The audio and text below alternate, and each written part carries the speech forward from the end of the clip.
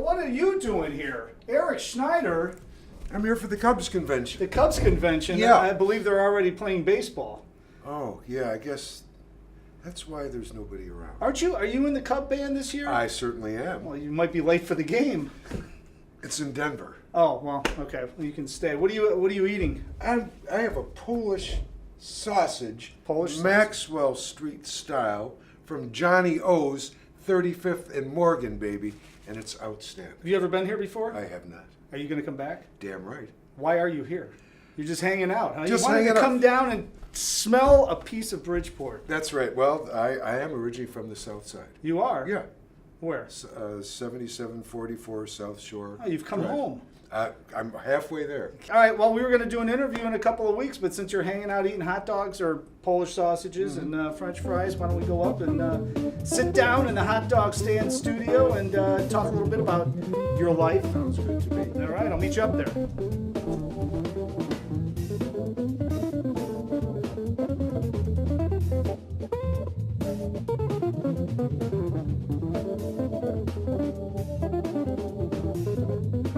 Eric Schneider's nice enough to come in and sit down with me today, although we might have a few other special guests popping in throughout the episode. However, Eric, you came down, Yes. you were enjoying a Polish sausage. Yes, right indeed. down there. You are at Johnny O's. And have you ever been to Johnny O's before? I have not. Are you disappointed because I heard you asking for a specific liquor that they do not carry? Probably one of the only liquors they don't carry here at Johnny O's. And what is the name of that? Well, that's Malort. But I think they're going to order it. So next time I come, I can have a wonderful Polish and a little Malort to help cleanse the system. It'll cleanse the system, all right. All right, enough of that. Now, you drink Malort on Friday night, Saturday mornings, whatever you call that, over at the Green Mill. Correct. You are running you're one of the members. Are you running it kind of? I'm the front person. Okay. All Because right. you can't have four people talking at once and four people deciding on what song. Right. So right. it was just kind of natural that I took it over. So he's at the Green Mill every Friday night, Saturday morning, starting at what time? It's midnight? 1:30 to 3:30 a.m. 1:30 to 3:30 a.m. Yes. And it's an open jam session. Yes. So you get some young kids coming in? We get everybody Yeah. from kids to established pros. One night, Freddie Cole stopped by and sang, and it was wonderful, as you might imagine. Sure, yeah. And you never know who's going to show up or what number of people. We could have 5 horn players, we could have 0, we could have 4 drummers or none, or singers. Every week is different. And then, of course, you took that gig because you enjoy staying up until 5, 6 o'clock in the morning, right? Because that's the life of a musician, right? You don't do Yeah. anything else during the day. I'm the world's squarest musician. If I haven't worked the night before, I'll get up at 6 or 7, try to go to the gym.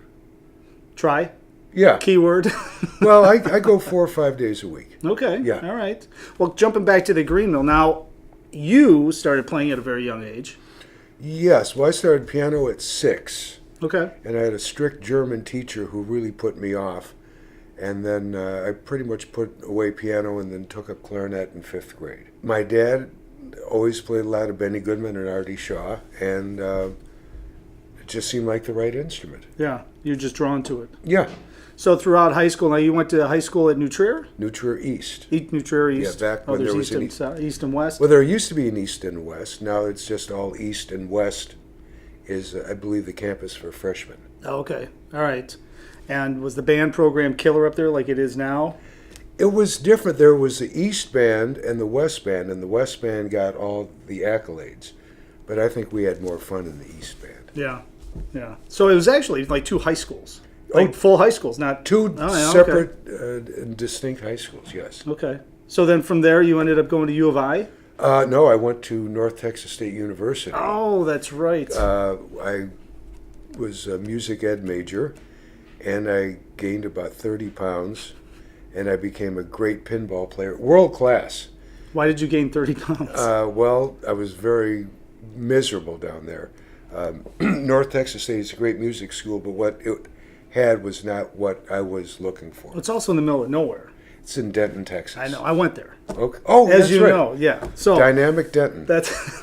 Well, and I went in the 90s, and it was probably bustling compared to when you went in the 80s. Is that when you Was went? it dry in the 90s? It was a dry heat. and it was a dry No, I'm talking area. about when I was there were no bars. It was all private clubs only. Yeah, but you could join anytime you wanted. I didn't drink. You didn't? I did not drink. I did not have my first drink till I was 21 plus. Believe it or not. Really? Yeah. And there are those who. And then you made up for it. I'm trying. Speaking of which, I think I'll have a sip Isn't of that this a great idea? delicious Goose Island Midway IPA. Wow, look at that. It's a non-sponsored plug, but I might as well have one as well here. Well, after North Texas State, I eventually went to the U of I and got a degree in advertising. Oh, you did? Yeah, so this all comes naturally. Oh. Me. Yeah. But it was North Texas State then. Right. You left there because you couldn't take it anymore. Yeah, it wasn't really what Who I was was down there looking then? for. Who was the band director? Good old what's his name? I can think of his. I can. Wasn't Leon Breeden. Leon, yeah, Breeden, Yes. yeah. Okay. And no, it was good. It's a great music school, but their jazz band was more based on, let's say, the Woody, Stan, Maynard, where the U of I band was more based on Basie and Ellington. And that is more my style of music. That's the music I prefer to listen to and play. Plus, I had so many friends, and there were so many legends down in Champaign already, like Ron DeWar, Howie Smith, Jim McNeely, Charlie Brome, and Donnie Heitler, who just passed.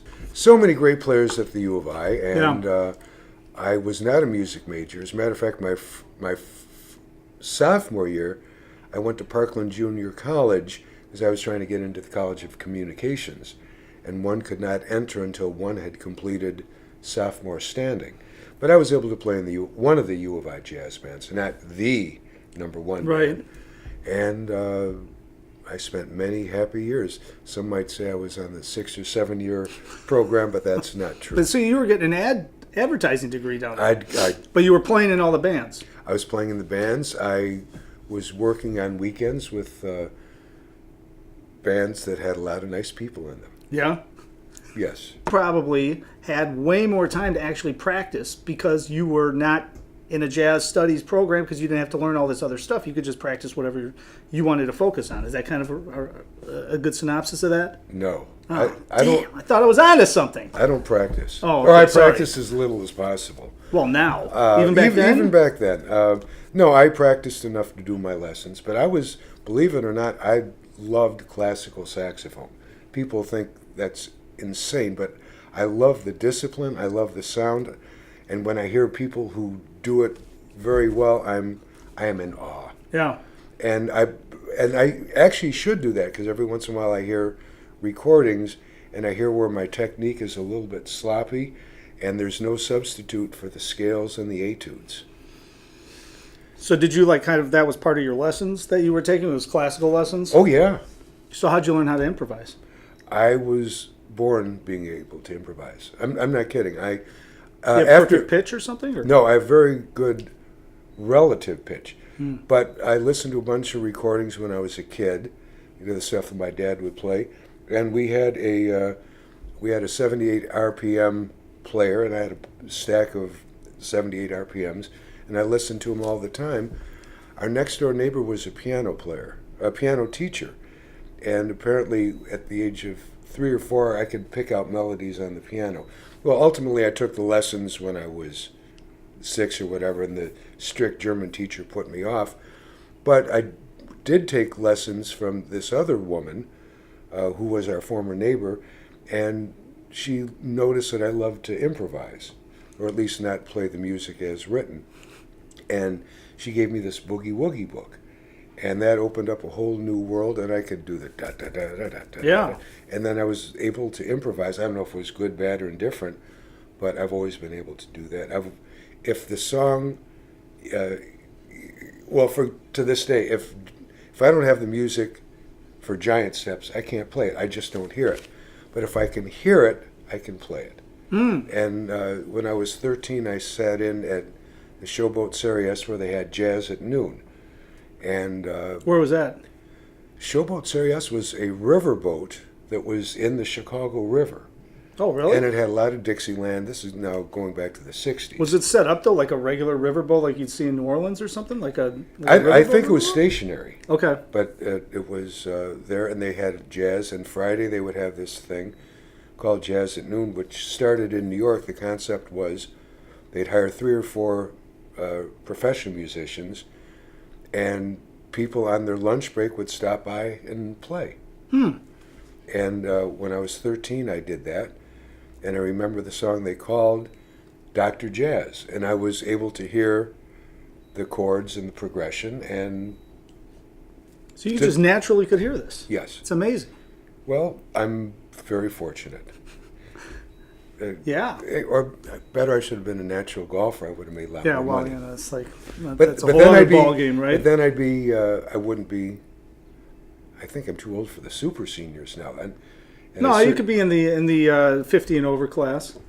Okay, that's one way of putting it. Right? No, but I will be 65 in August, and I think I'm playing better than ever, enjoying it as much as ever, and working as much as I ever have, which is ridiculous. I mean, Wednesday or Tuesday will be my only day off in about 10 days. And I've got some doubles and triples, and I don't know why. I'm not. Why do you think that is? Do you think it's just because they don't know who you are? Yes. They haven't really gotten to know you yet? No. I've got, apparently people are very easily fooled. I guess so. I've got them buffaloed. And I work cheap. Oh, is that what it is? Yeah, sometimes I have to pay to play. No, I don't know why, but I play with different groups, different kinds of groups, and I love it. If I did the same kind of music with the same groups all the time, I don't think I'd enjoy it more. But the variety keeps me on my toes. Well, and now getting back to kind of playing with the regular groups, right? When you got out of college and you moved up to Chicago, you started playing on Rush Street, I would imagine, and playing different places like that? No, the impetus for my moving from Champaign was to work at Flaming Sally's, which was a Dixieland or traditional jazz room in the Blackstone Hotel, which years later became the Jazz Showcase. And it was a 5-night-a-week gig, and I did that for about 10 or 11 months, and I was on vacation, and I got a call to join Earl Hines. Didn't you go and sit in, or so Joe Siegel was telling me that he had you come and sit in somewhere or something, and he didn't know if you could play or not. Was it Sonny Stitt that you got on stage with or somebody? Yes, but that had nothing to do with Earl Hines. Okay, all right. Penny Tyler, who used to run along with her, I don't know if they were ever married, her boyfriend John Defoe, they ran Jazz at Noon in Chicago, and I used to play when I was in town. Sometimes I'd be paid, sometimes I'd go there just to hear the great musicians. They had Norm Murphy on trumpet, one of the greatest trumpet players you'll ever hear that nobody's ever heard of. Every note meant something, and after he finished playing a chorus, it was like he said it all. He wasn't notey. As a matter of fact, he played the fewest possible notes, but swung so hard, and they were so right. After he finished, it was like, what the hell am I supposed to do? It was Norm Murphy, Marty Gross, great guitar player, and Bobby Wright, a wonderful, eccentric, kooky genius who knew practically every rag ever written, yet was a modern player, and he used to do Giant Steps ragtime style, which was... Really? Yeah. So Penny Tyler... called me one day. She said, "Eric, I know you were there last week, but Earl Hines' drummer is going to be with us, and I understand Earl might be looking for a saxophone player. Why don't you come down and play with the drummer?" And I did, and the drummer recorded it, and sure enough, Earl was looking for a saxophone player, and Eddie Graham, the drummer who recorded that day, got in touch with Earl, who got in touch with me. I was on vacation when I got back. I called Earl. I sent him a tape or something, and I called him. He said, "Oh yeah, I lost the tape, or I lost your number."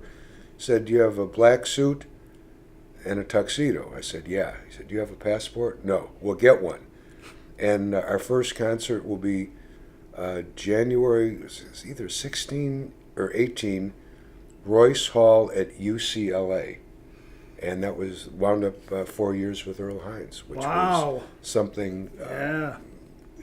I mean, you can't pay for that kind of experience. This is Earl Hines, who was playing with Louis, doing all that brilliant stuff in the 20s. Yeah. Yeah. What was it like working with him? It was an absolute gas. The only thing Earl was strict about was being on time, being in the uniform of the day. And we, at one time, we had like 4 suits, 3 different tux coats, and everybody had to carry a lot of luggage. See, be on time, be in the uniform of the day, and don't play too much behind the singer. And other than that, he said if you did that, he was happy. Yeah. And I remember one night I was playing and I thought I stunk. And maybe I did, maybe I didn't. I apologized to Earl. I said, man, I didn't have it tonight. He said, don't worry, we all have days like that. But thank you for apologizing. So I said, okay. So And that was it.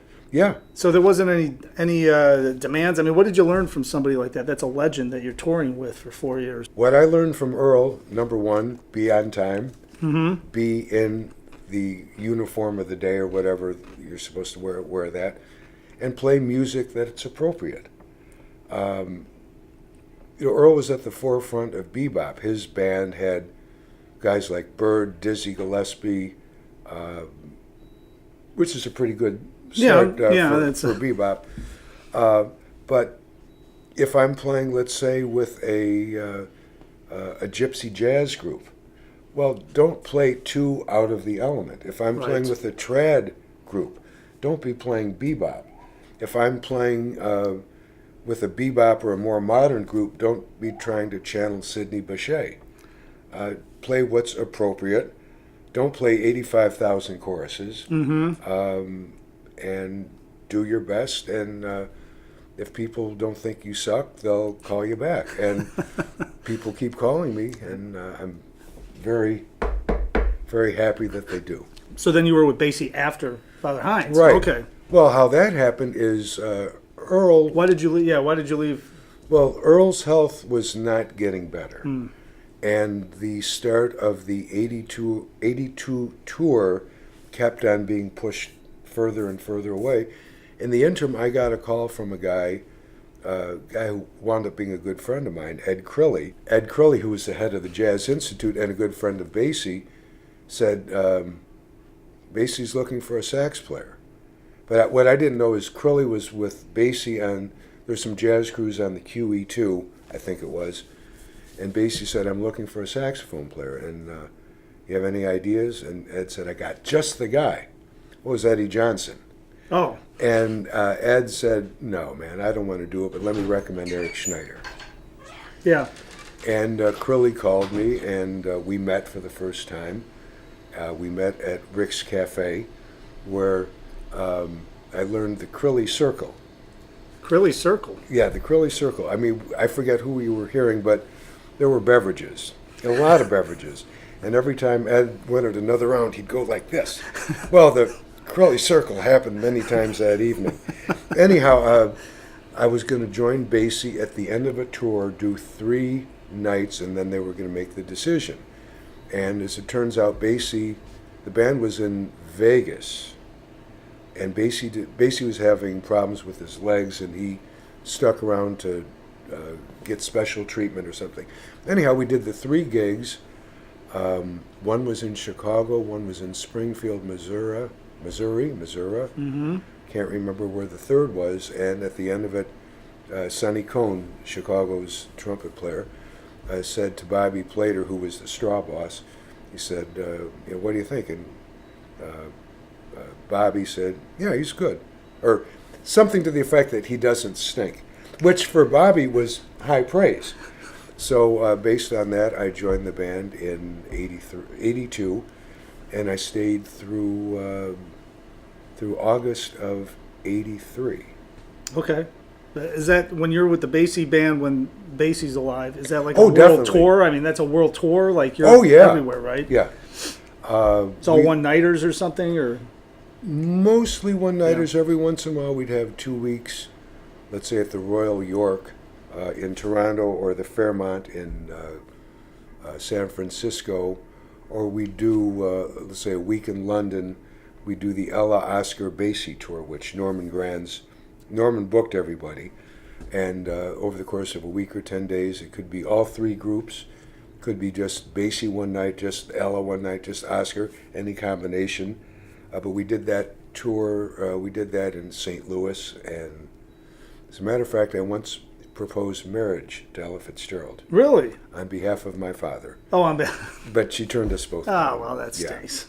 Well, I mean, you used to hang around with her, right? And whoever's on the band, like you're just hanging, like normal to some kind extent. of a hang,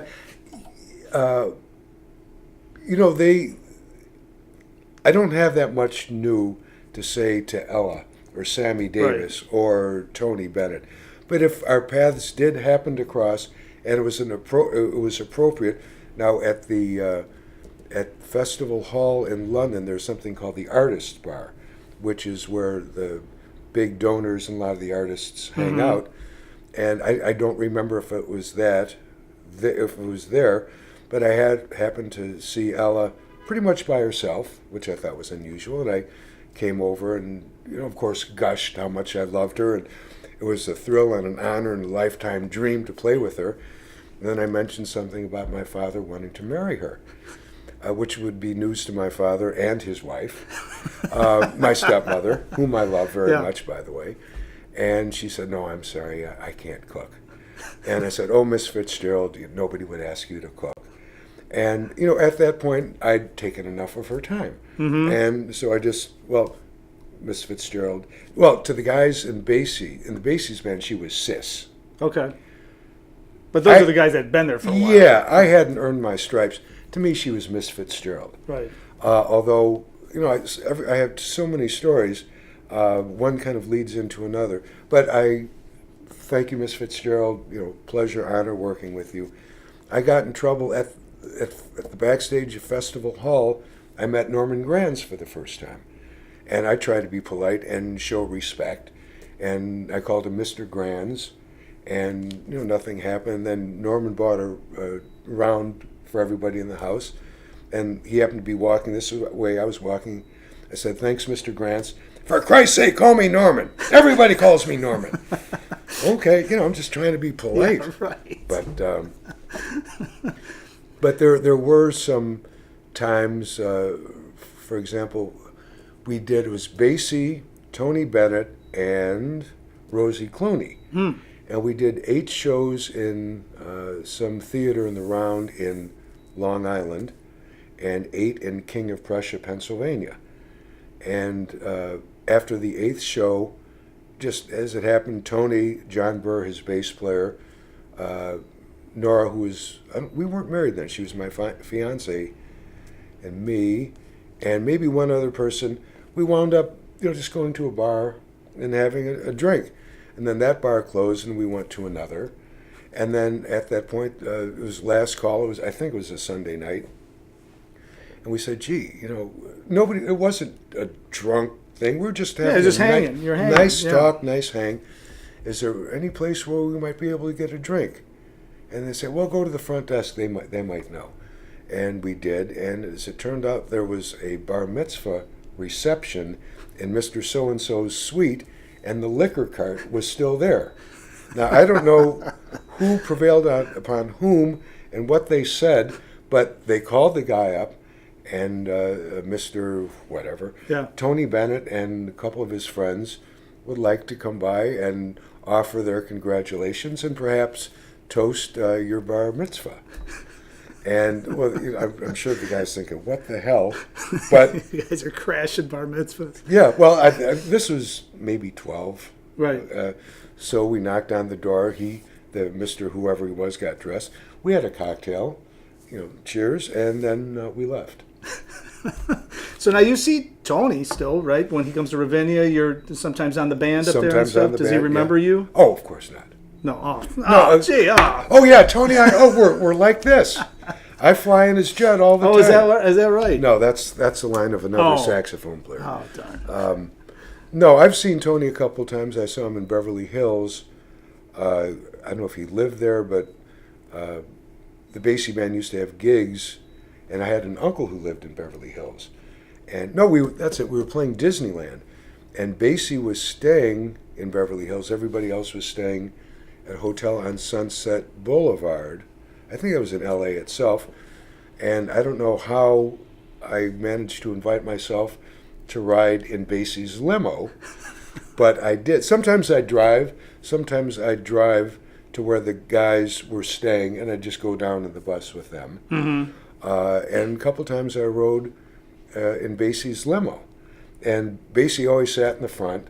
And with the driver? Yeah, that's the way he wanted it. Oh. And so Basie drove you to the gig? Well, Basie wasn't driving. No, but he was your assistant chauffeur. Yeah. Oh, that's nice. That's very well, nice of you to allow that's that. one way of putting it.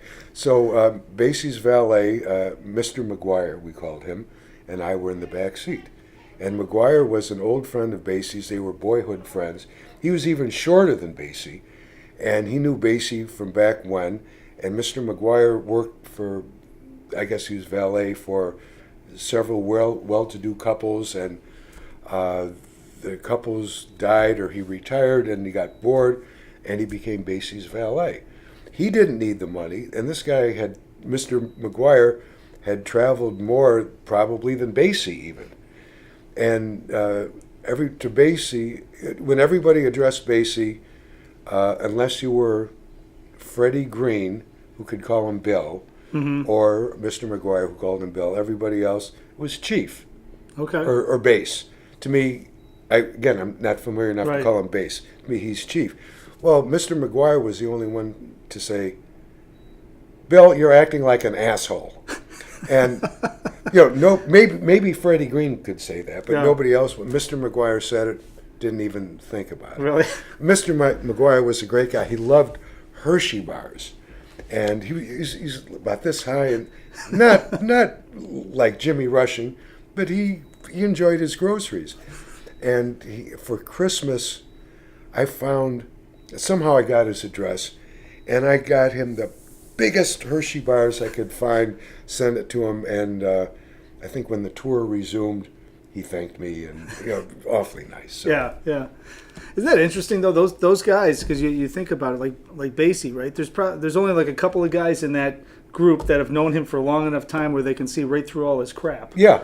And they could just call him on it, but anybody else would be like, "Oh man," and hold back, right? Well, some of the guys, like Bill Hughes, I think joined in the 50s.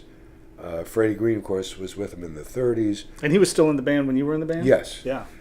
Sonny Cohn and Eric Dixon joined, I think, in the 60s. There weren't that many people left who had been with Basie, let's say from the 50s or 60s, mm-hmm. some from the 70s, some from the 80s. And again, I'm the new kid, and I should have been more respectful. I mean, I was so damn thrilled to be part of the Basie Band, but sometimes if you're too nice of a guy, people will walk over you. Mm-hmm. And I had this in my mind, and so maybe some of the guys thought I was standoffish or, had an It's attitude. like a punk or something like that, like a young punk. Yeah. Because you're probably the youngest one in the band, right? I was among the youngest. Okay. Yeah. But I mean, those were the guys I didn't know that well in the band. For example, Booty Wood. He'd been with Hamp in the 40s, maybe 50s. He'd been with Ellington in the 70s, and he's with Basie. And his seat on the bus was across from mine. And, he knew how much I was just thrilled beyond. I mean, that had been a dream of mine to play with the Basie Band. And some of the old timers did, but I think some of the younger guys really didn't know me that well, or maybe I was a jerk. I don't know. It's more than likely I was. Okay, you want another story? Yeah, absolutely. Okay. These are good. So after the 3 days winding up in Chicago, that reminds me of yet another story. All right. Now you can tell like I'm an Altakaka, which is little old Jewish man. Everything reminds me of something else. So the band did the third gig and they had like an unusual brown and an unusual blue suit. Well, I'm not a member of the band, so if everybody else during is your tryout period, yeah. So the third gigs at UIC, and I used to have a lot of clothes. I mean, I dress okay now, but back then, man, I used to. You were the man, huh? I had the clothes, the jewelry, and all that stuff. I had a suit the same color as the Basie Band, except theirs was 100% poly. Mine was cotton or something. Anyhow, I hadn't worn it in several years, but I'm wearing it. Right before the start of the Basie gig at UIC, I bend over to get my music in order. Rip! The pants gave out right along the seam. So when I'm, sometimes you solo and then you turn your back and walk back to your chair. Well, I kind of walked backwards. Anyhow, getting back to so then I get the call to join the band, and then I still don't have the Basie Suits, and that doesn't happen until we're in LA. Okay.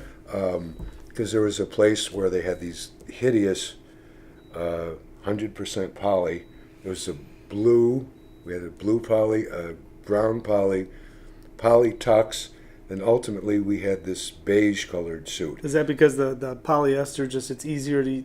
I guess it doesn't wrinkle or something. I guess. Wow. Yeah. So you still have them? No. Got them packed up somewhere? No. No. I think my wife, who has much better fashion sense than I do, said, toss them. She was afraid if they stayed in the house, you might wear them again? That's possible. I mean, the style wasn't that bad. Okay.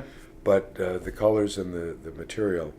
So anyhow, I joined the band at the start of a tour. All tours start and end in New York. So the band, they get you to New York. And let's say at the end of the tour, then it's up to you to get back to your hometown. Okay.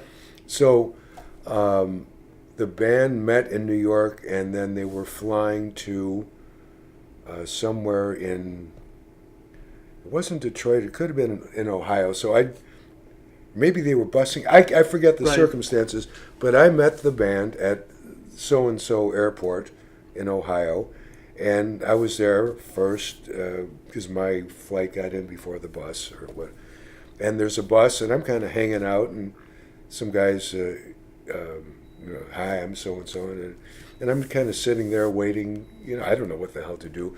Eric Dixon said, "New boy," which is my, yes. And you hadn't met Basie yet, right? No. You're right, okay. Said, "New boy, let me show you your seat. This is where you will sit until you die or leave the band, whichever comes first."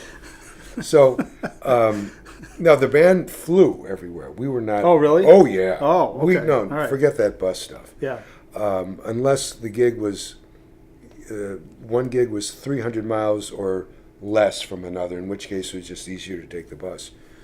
But so we would fly to the airport, and there'd be a Greyhound, and we'd have that until we had to get back to the airport. Mm-hmm. So there was not assigned seating, but each person sat in the same place. There were two sections of the bus. One was called the lounge section, which is the rear half, and the front was called the executive. And whenever there was a new person in the band, anybody had first crack at the new seat. As it turned out, I replaced Kenny Hing, who sat in the executive section. And I had no problem. I was happy to be on the bus. Yeah, right. But unlike, let's say, Ray Charles, where the back third of the bus was for Ray, even if he never was on it, each guy had two seats to himself. Oh, okay, all right. And but right in back of me was Booty Wood, who, as I said, used to be with Hamp, then Ellington, then Basie. In back of me was Bobby Plater, who had been with Hamp for years, and then Basie. In front of Booty was Sonny Cohn. Two seats in back of me was Eric Dixon. So, these guys would be telling the stories, not all the time, because sometimes we get to the airport, and, it's a 30-minute ride or to an hour, and, they're just kind of chilling. Yeah. But sometimes when we did take a bus, then the stories would start. And that's when I was like, Oh, yeah.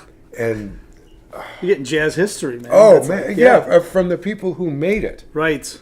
And yeah, I again, that's, And you were only in the band a short time, and you had that kind of an experience. I was a little better than a year and a half. Imagine those dudes that were in there for like 40 years, what they saw. Oh, yeah. Well, you want to hear something? Freddie Green was not eligible for the Basie pension plan Why? because the Basie pension plan didn't come into effect until, I think, 82 or 3. And, you know, you have to be in there X amount of years, but nothing is retroactive. So Freddie Green was not eligible for the Basie, I don't know if it's pension or profit sharing. Right. But, yeah, kind of. Why did you leave the band?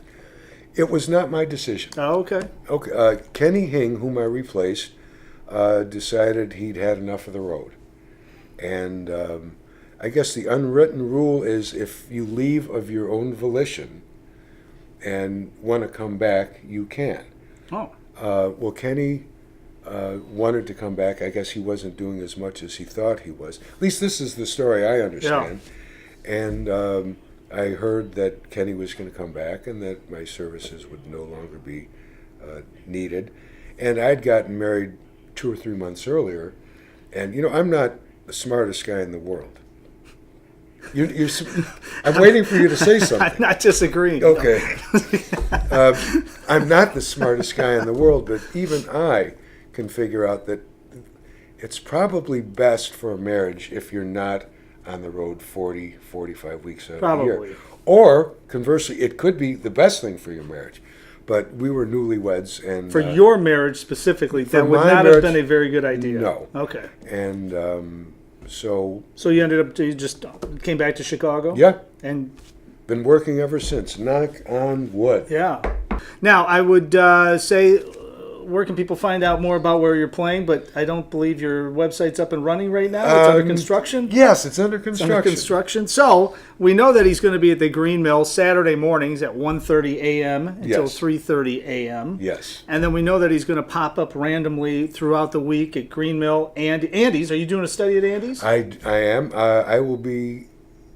I'm there practically every Monday, 5 to 8:30. Occasionally, I have to take off.